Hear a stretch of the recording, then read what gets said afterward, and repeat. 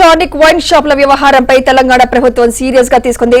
హైదరాబాద్ లో ఉన్న 11 tonic wine షాపుల్లో ఎక్సైజ్ అధికారులు సోదాలు నిర్వహిస్తున్నారు. 30 మంది అధికారులతో రికార్డుల పరిశీలనతో పాటు వైన్ షాపులో ఎంఆర్పీకి మద్యం అమ్మకాలపై ఎక్సైజ్ అధికారులు తనిఖీలు చేశారు. ఎక్సైజ్ జాయింట్ కమిషనర్ ఖురీషి ఆధ్వర్యంలో అడిషనల్ ఎస్పీ భాస్కర్ గౌడ్ 5 డీఎస్పీల ఆధ్వర్యంలో తనిఖీలు చేస్తున్నారు. టానిక్ వ్యాపారుల వెనుక గత ప్రభుత్వంలో కీలకంగా ఉన్న నేతల హస్తం ఉన్నట్లు దర్యాప్తు బృందం భావిస్తోంది.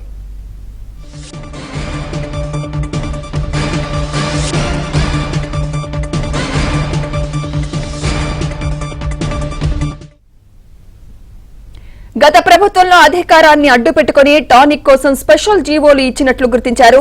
అంతేకాకుండా ఈ వ్యవహారంపై ఓ ఐఏఎస్ పాత్ర సైతం ఉన్నట్లు గుర్తించారు. టానిక్ వైన్ షాపుల వల్ల ప్రభుత్వానికి భారీ నష్టం జరిగినట్లు అంచనా వేస్తున్నారు. హైదరాబాద్ లో టానిక్ వైన్ షాపులు నిర్వహించేందుకు 2016లో స్పెషల్ జీవోలు ఇచ్చింది అప్పటి బీఆర్ఎస్ సర్కార్. ఇక ఎలాంటి అనుమతులు లేకపోయినా టానిక్ వైన్ షాపుల్లో కోట్లాది రూపాయల విదేశీ మద్యం అమ్మకాలు జరిగినట్లు గుర్తించారు.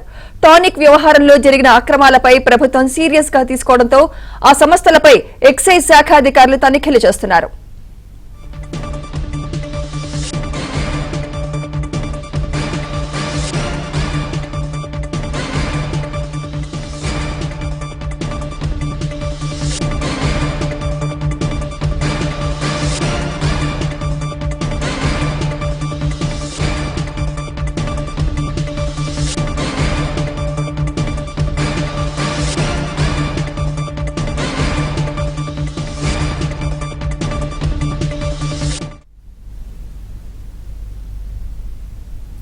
రైట్, ఇదే అంశంపై మరింత సమాచారం మా ప్రతినిధి ప్రవీణ్ అందిస్తారు. ప్రవీణ్, ఈ టానిక్ వైన్ షాపుల వ్యవహారంలో ఒక ఐఏఎస్ పాత్ర కూడా ఉన్నట్లు తెలుస్తోంది. పూర్తి అప్డేట్స్ ఏంటి నవీన్?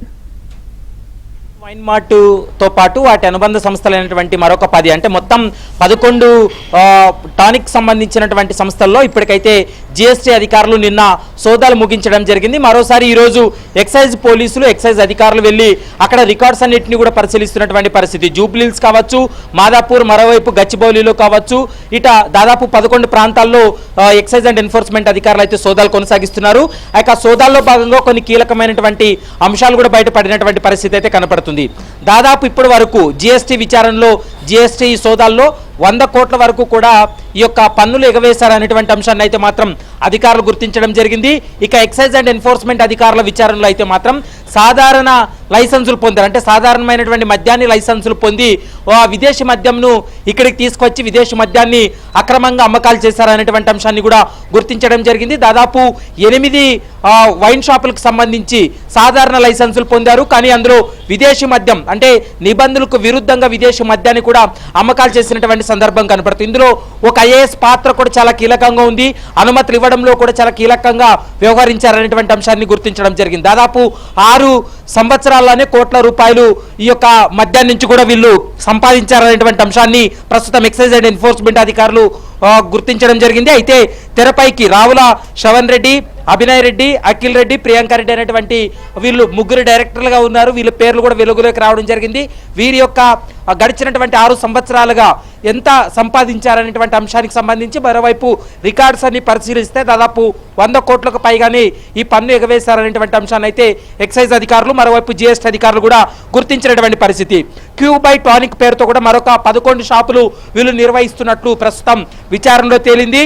ఇందులో రాజకీయ పార్టీకి సంబంధించిన అంటే బీఆర్ఎస్ పార్టీకి సంబంధించినటువంటి చాలా మంది వాళ్ళ బినామీ పేర్లతోటి ఇందులో ఇన్వెస్ట్మెంట్ పెట్టారని, మరోవైపు బీఆర్ఎస్ పార్టీలో కీలక నేతగా ఉన్నటువంటి వారి కుటుంబ సభ్యులు అంటే అత్యంత సన్నిహితంగా ఉన్నటువంటి వ్యక్తులతో పాటు ఒక కుటుంబ సభ్యుడు కూడా టానిక్లో తను పార్ట్నర్గా ఉన్నటువంటి సందర్భం కూడా కనపడింది. కాబట్టి వీటన్నిటిపైన గతంలో జరిగినటువంటి గత ప్రభుత్వాన్ని చూసుకొని వీళ్ళు ఏ విధంగా అనైతికంగా లైసెన్సులు పొందారు, లైసెన్సులు పొందిన తర్వాత విదేశీ మద్యాన్ని అమ్మకాలు చేసినటువంటి వ్యవహారం కావచ్చు, జిఎస్టీ కావచ్చు, ఇతరత్ర పన్నుల ఎగవేతకు సంబంధించి కూడా విచారణ కొనసాగుతుంది. కాబట్టి ఎక్సైజ్ అండ్ ఎన్ఫోర్స్మెంట్ అధికారుల యొక్క విచారణలో ఇంకెన్ని విషయాలు బయటపడతాయనేది మాత్రం చూడాల్సినటువంటి అవసరం ఉంటుంది. ఈ రోజు రాత్రి వరకు కూడా ఈ సోదాలన్నీ కంటిన్యూగా కొనసాగేటువంటి అవకాశం అయితే కనపడుతుంది.